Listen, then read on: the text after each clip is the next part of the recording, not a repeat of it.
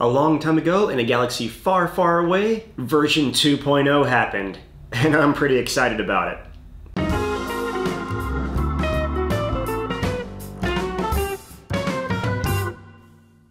What's up, Fellow Road Express? I'm Joshua Thomas, and it's time for my tabletop talk. What better time to talk about Star Wars X-Wing miniatures now than that they've announced their second edition coming out, which is going to change a lot of things. It's also May the 4th, so May the 4th be with you. This news has just come out, and there's a lot of mixed emotions about it. Now, me for one, I'm actually okay with it. I'm not too mad about it. As you can see, this is my entire collection right here. I've got them split up into their factions. The Rebels, my Empire, which I'll show you right there. And then over here, I've got the soon-to-be Outcasts. These ships are from the Resistance and First Order, and they are no longer going to be usable in the Empire or the Rebels. So you can see here that, I mean, dang, half of my Imperial forces were actually First Order. So those are going to be separate. So just how have things changed? Well, first of all, everything made of paper products is going to be obsolete. So I'm not going to be able to use my troll card anymore. Nah, I'm still going to use my troll card. Regardless, everything that is made of cardboard and paper is going to become obsolete. So the bases for all the ships, the cards, the pilot cards, even maneuver templates, even though they're not changing that much, are going to have some new art on them that is, they're going to have lines on them that you have to be able to line up. So that's going to be really interesting. Another interesting thing is all the maneuver dials. They're changing as well. Some of these ships are going to get slightly altered maneuvers, and green is turning to blue for those who have certain colorblind issues. So blue is easier for some colorblind people to see than green. So that's a nice little change, and it's going to get hard saying blue maneuver. Oh, I just performed a blue maneuver. I did something easy. Let's move over to Mr. Computer Screen to see more about Star Wars X-Wing Miniatures 2nd Edition. So there's the starter set right there. Once again, it's going to be like the original starter set. It's got an X-Wing and 2 TIE fighters. But now the X-Wing is going to have foldable wings, and it's finally going to come with S-foils. I've wanted S-foils for the X-Wing since this game came out. That's going to be very interesting. Blast the piece of junk out of the sky, Kylo Ren. So here is an overview of what the new ships and templates and cardboard are going to look like. One thing, the dice, from what I've heard, are all going to pretty much be the same. So the dice are going to be reusable. You can see that Luke Skywalker in this image is level a pilot skill value of 5. One thing that has changed is I believe it's going to be pilot skills 1 to 6. So it's compacting the pilot skills, allowing for more pilots to work at the same time. So that's going to be interesting. The maneuver dials, you can see all the maneuvers. You'll notice little tick marks right here, and then you've got this bullseye mark. I'm not exactly sure how the bullseye mark's going to work now. Every ship's going to have numbers on them, and their target locks are going to be the number of that ship. So this number 1 over here belongs to Luke Skywalker. You can see the line in the middle of this maneuver template. That line is going to be able to line up with tick marks on the sides of all the ships. So when you do a barrel roll, no longer are you going to have as much flexibility when being able to perform the barrel roll action. So it limits the barrel roll a little bit, kind of prevents some wonky flying, especially on the large base ships that can do the barrel rolls. So all of those large based ships, the Millennium Falcons can't do barrel rolls, but I don't have a large base ship that can. Anyway, so if you are a player of the game already and you've got a bunch of ships like I do, or chances are you've got twice as many ships as I do, don't fear. They are coming out with conversion kits, and these conversion kits are going to be $50, but they are going to convert a bunch of ships. So a lot of people are hating on this, saying, this is just another money grab for them, but I'm going to get into that here in just a second, because if you look at the Rebel Alliance conversion kit, you can see here it's got 3 A-Wings, 2s of all the other ships, and then 4 Z-95 Headhunters.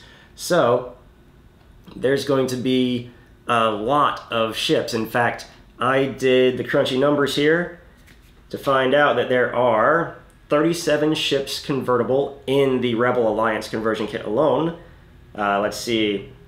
Your chances are you're going to get 4 new pilot cards for each ship at least, because every kit converts 2 of the other ships at minimum.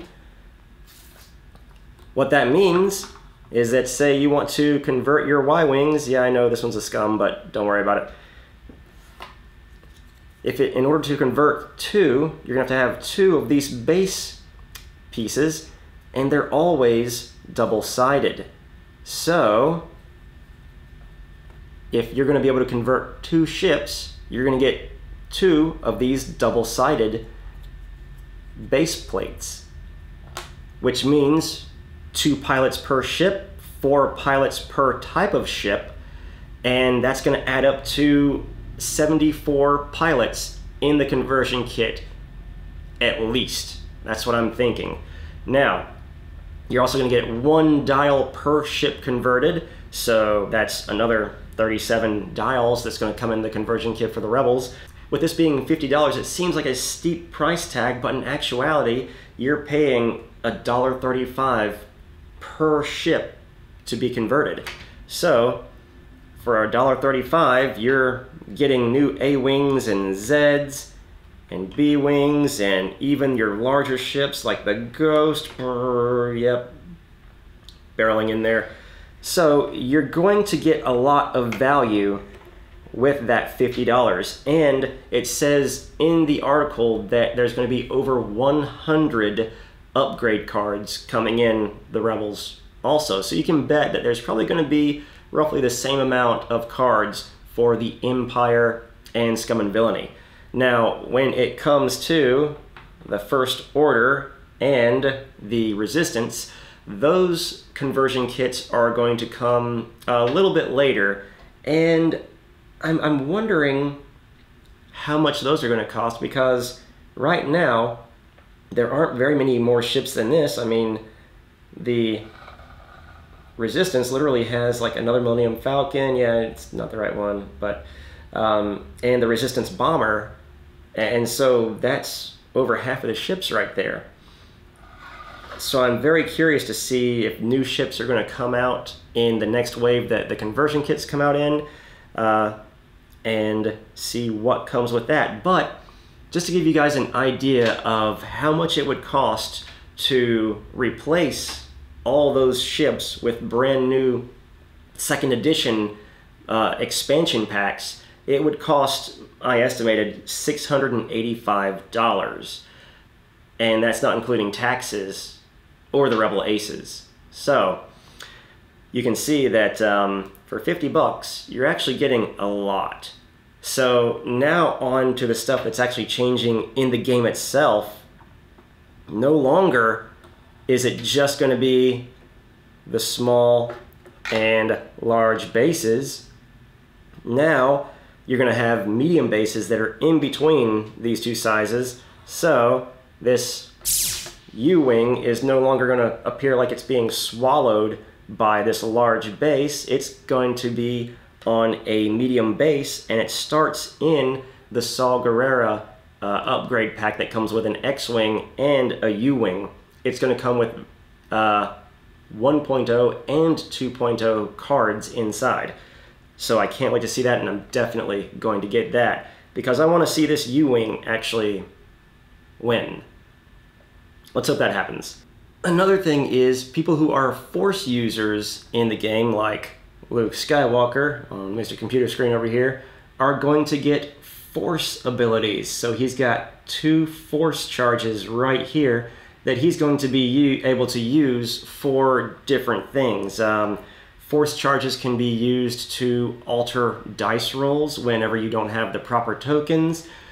So in this upgrade card, Instinctive Aim, when you perform a second attack, when you perform a special attack, you may spend 1 Force charge to ignore the focus or target lock requirement on the card. So like this proton torpedo here says attack target lock, you can use a Force charge instead. So that automatically makes Luke Skywalker, it gives him an edge over other pilots of the same skill value. Likewise, new things in this game are also the charge tokens. And these charge tokens are utilized instead of having to have extra munitions or just an upgrade card having infinite uses. Now R2-D2 has 3 charges, which means that under the right circumstances, he can recover you 1 shield 3 times. So this makes it much more strategic. No longer do you just have these regen ships that can run away for a few rounds, come back in fully charged, run away for a few rounds. It might quicken the game a little bit after that. And then you can see the proton torpedoes also have 2 charges on them, and it's got the number 2 charge right there. That means that you don't have to worry about having those extra munitions in order to get multiple uses out of your ordnance cards. I also like that the X-Wing now has the barrel roll action and the S-foils.